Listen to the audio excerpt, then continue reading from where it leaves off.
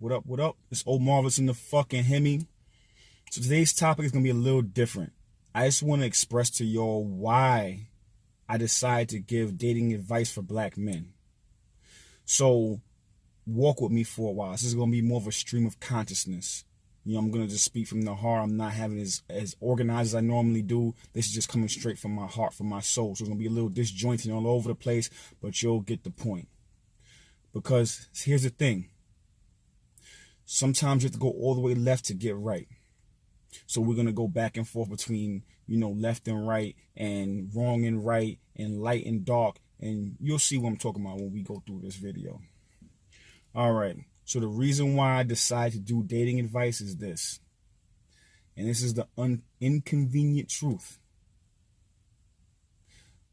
Most women will never be able to love you the way that you need to be loved or you desire to be loved as a man, as a black man in America. They'll love what you can provide her with. Whether that's tangible or intangible, they love what you provide them with. They love how you make them feel. They love you loving them. They love the fact that you protect their ego or feed it. But as far as who you are as a man, what makes you tick, what you're scared of, what you love, your ideals, unless they relate to her, she won't be able to love you. She can't love that part of you because that's nothing to do with her.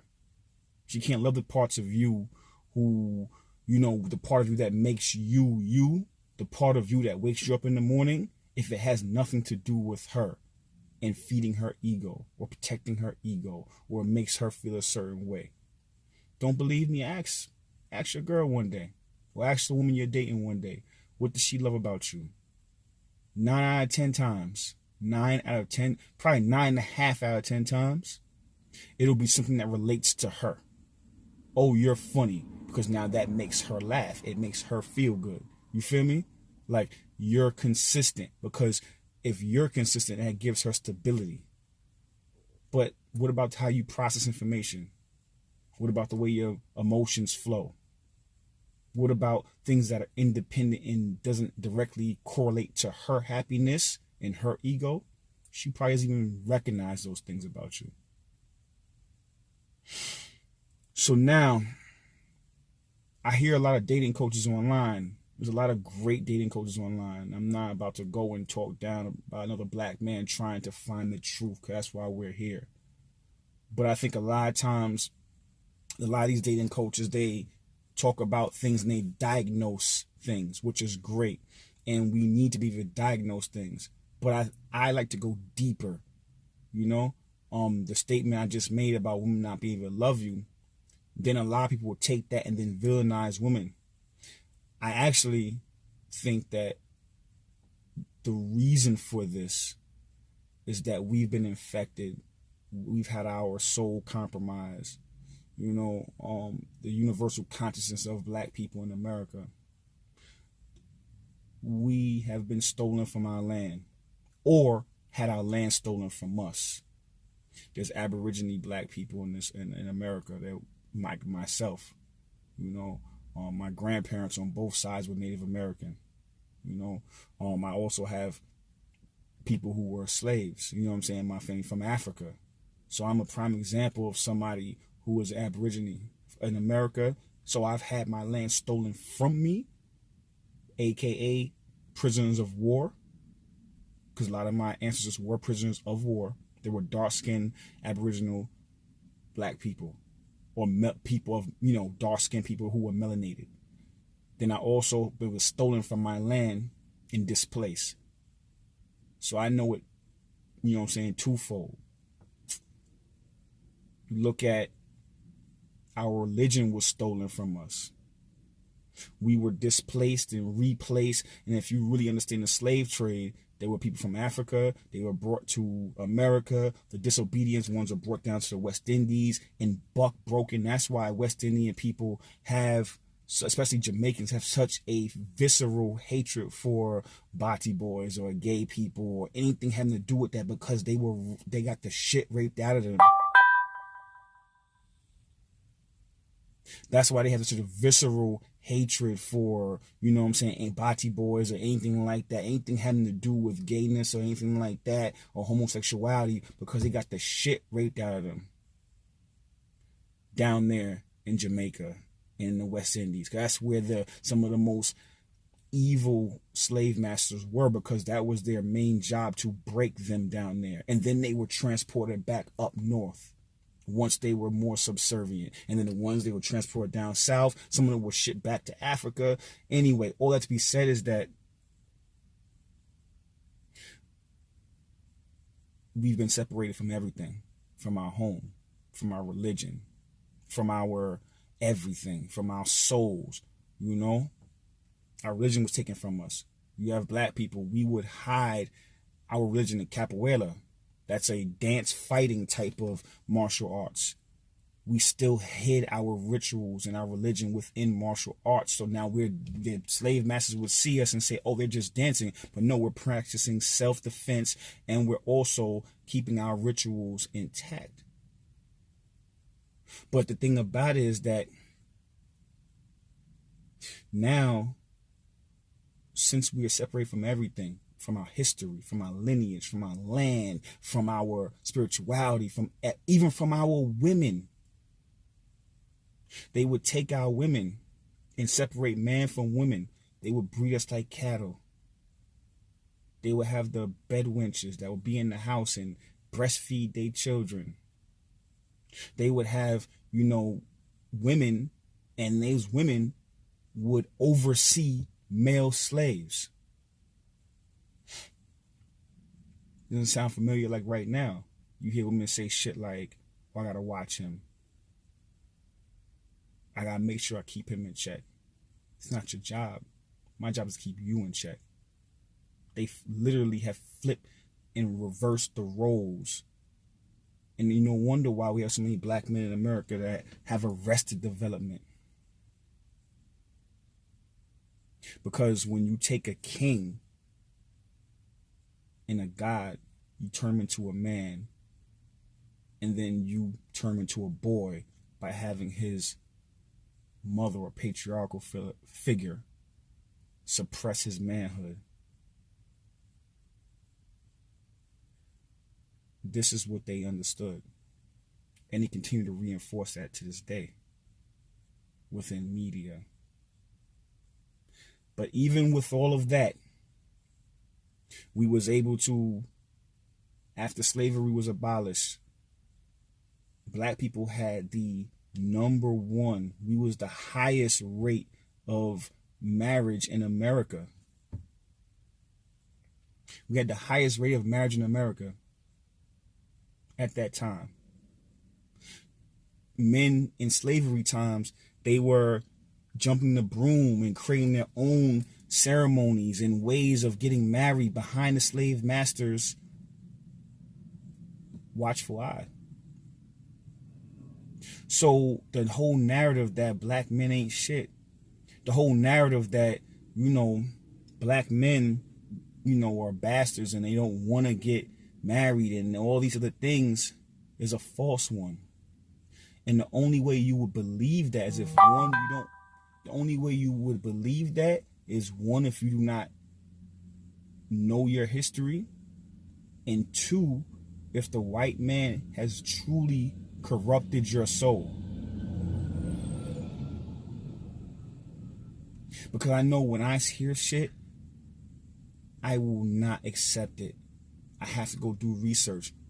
A lot of times, one thing I said with white people, when it comes to corporations and white people, the white consciousness, I'm not talking about one-to-one white people, the white consciousness, the one that wants to suppress us. If they say right, I always go left, because usually left is the truth.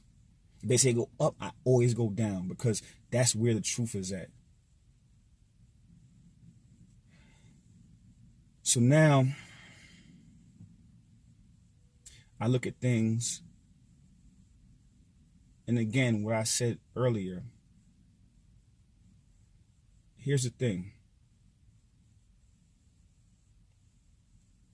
Backtrack. So like I said, we were the highest, I told you I'm going to be over the place today.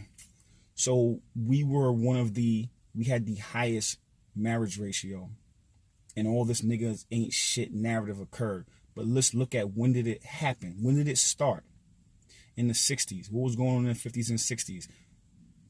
They forced black men out the house. They had a quote-unquote war on drugs. They put drugs and guns in the community. They took all the men out the houses, but you could have a little eighth of weed on you. Now you got a record. Now you can't get a job. Now you can't get a job. Now how it's supposed to be, women are a vessel. Men fill that vessel up, and then you get a return on that. They amplify, you know what I'm saying, what we give them. So that's the natural order of things. But then now when you take the man out the house through, putting drugs in the community, now that man has a little record for an eighth of weed on him, or whatever the case may be. Now you take the man out the house, and you know what I'm saying, because now he has a record, he can't get a job. And then the government comes in and says, you know what, we'll give you bread now. Here, take this money. We're your man now. And in actuality, if you have a man in the house, the government would not give you any type of, government aid. So now what you're doing is literally, in essence, taking the soul out of the household, out of the black community. You're taking the soul out of the black community by taking the man out of the black community. And you're now introducing a fake soul, a prosthetic soul, aka government assistance. And then now what happens, what they did was they destroyed the Black Panthers. And then the Black Panthers end up creating, when they disbanded, that created the Bloods and the Crips. But then they still was trying to protect us from being lynched and killed and police brutality. But then what the media did was that they created a narrative, Bloods versus Crips. And you know how that story goes. Art imitates life.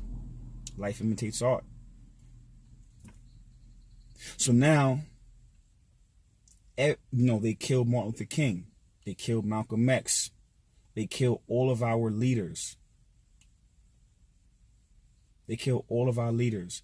And the ones they couldn't kill, they killed them in the court of public opinion, which is what they're doing today still. So now you have this. Now there's no men. There's nothing to look forward to. There's no men that create direction, provide guidance in the black community.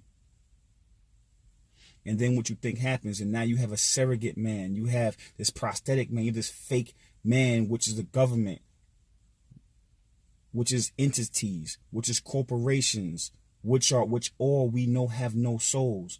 In America, corporations have more rights than actual people. Look at your tax returns. So now you have this soulless thing filling your woman up. Like I said it before, they are a vessel. So you have a soulless entity that doesn't give a fuck about you or them. You have corporations pumping their heads up of what they need to do, creating the whole niggas ain't shit narrative, putting it on TV, in commercials, social media. So how can your woman love you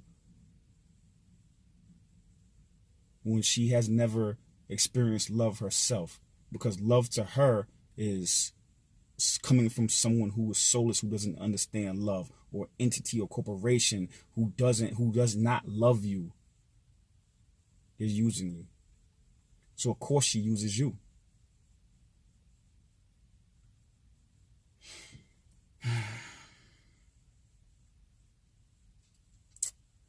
So now, when it comes to dating women, you have to keep all this in mind. And yes, we can diagnose these things. Like I said, a lot of dating people diagnose, and as a man, we're supposed to diagnose. But for me, I diagnose a diagnosis. Where did it come from? And I was thinking about who runs corporations, who ran the plantations where they herd us like cattle, where they separate us, where they force the woman in a perverted nature in the way that masculine and feminine energy flows with each other. Who did that? Now let's look at them and their men. in the way they move. Let's look at them. Let's analyze that. Any person, what has white people created on this earth? What have they done for the benefit of this earth? What have they, introduced to mankind that was beneficial for everybody? Other than actually nothing.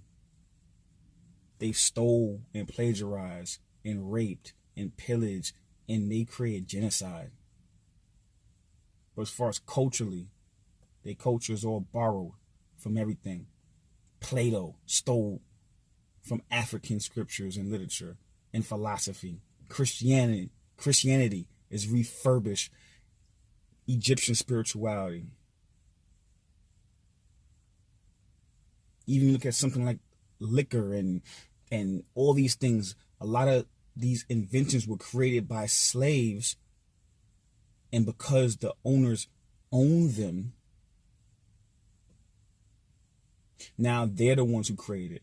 Ford, you know what I'm saying? Thomas Edison, fucking, what's this nigga name? Elvis. The list goes on. Just do your research.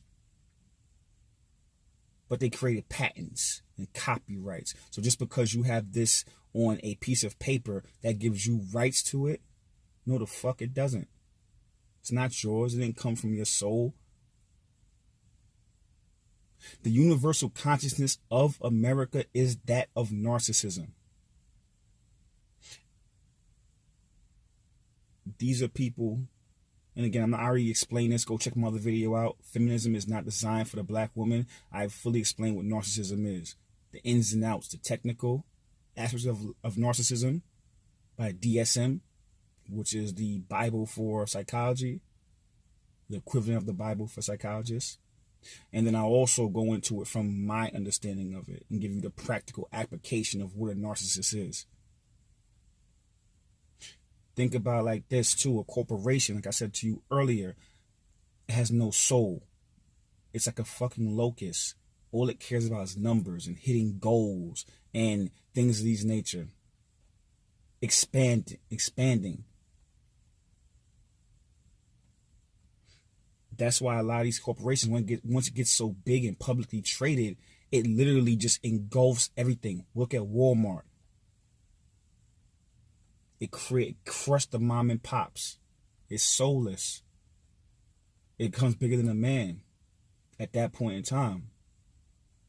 And now if these corporations, their only goal is to become bigger and better and to make more money and have the profits, margins look right, they don't give a fuck about people.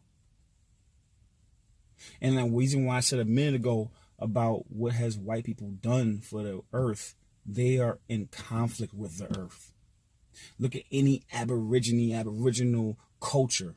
Look at it. They always believe in being in sync with the earth. The Native Americans in sync with the earth. You look at the Africans, always want to be in sync. Egyptians, every fucking culture until now, we're killing the planet for money. And the only reason really money is a thing is because we believe in it. It would have no power if we didn't believe in it. It's not even backed by gold like it used to be anymore. So now you have the vessels, our women are being filled with the universe, with the consciousness or the lack of consciousness of a narcissist. That's why a lot of our women are narcissistic. Because now they're men that are filling them up. They're men we're taking direction from. It's not us anymore. It's a corporation. It's an entity. It's the state. It's TV. And there's big business in black pain. There's big business in us not fucking with each other. It's a big business in poisoning us. That's what they did initially. They poisoned us with sheets. Then now they're poisoning our minds and they're poisoning our spirits. There's big business in that. So Like I said earlier, she can never love you. How can she?